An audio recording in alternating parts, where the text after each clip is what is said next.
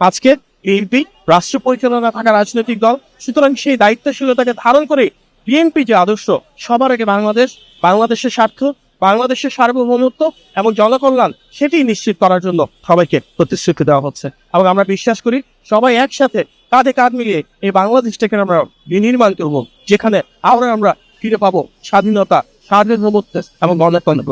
গণমাধ্যমের প্রিয় সাংবাদিক ভাই ও বোনেরা, আমরা দেখেছি দীর্ঘদিন পর একটি অবাধ সুষ্ঠু এবং নির্বাচনের মাধ্যমে জনগণের ভোটে নির্বাচিত স্বচ্ছ এবং জবাবদিহিমূলক সরকার রাষ্ট্র পরিচালনার দায়িত্বে এসেছে।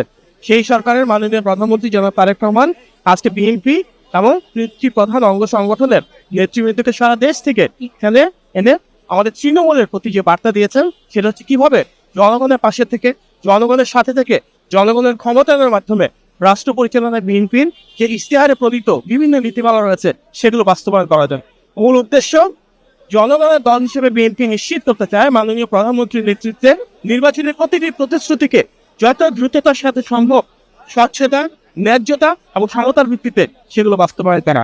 আজকে এখানে যে কর্মসূচি হচ্ছে তার মাধ্যমে মাননীয় প্রধানমন্ত্রী সারা দেশ থেকে আসা বিএনপি এবং অঙ্গ সংগঠনের নেতৃবৃন্দের মাধ্যমে তৃণমূলের একসাথে একটি সম্প্রীতি স্থাপন করছেন এবং তৃণমূলের কাছে সেই বার্তাই দিচ্ছেন যেখানে বাংলাদেশের জাতীয়তাবাদী শক্তির ধারক হিসেবে প্রতিটি নেতাকর্মী যেন জনগণের পাশে থাকে, জনগণের সাথে থাকে, জনগণের আশা এবং আকাঙ্ক্ষার প্রতিফলনের জন্য রাষ্ট্র পরিচালনা আসে।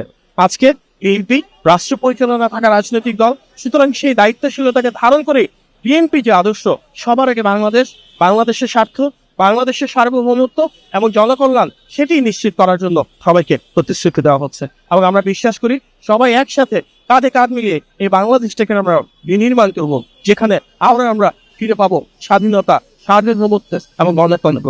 আপনার সবাইকে ধন্যবাদ। আসসালাম।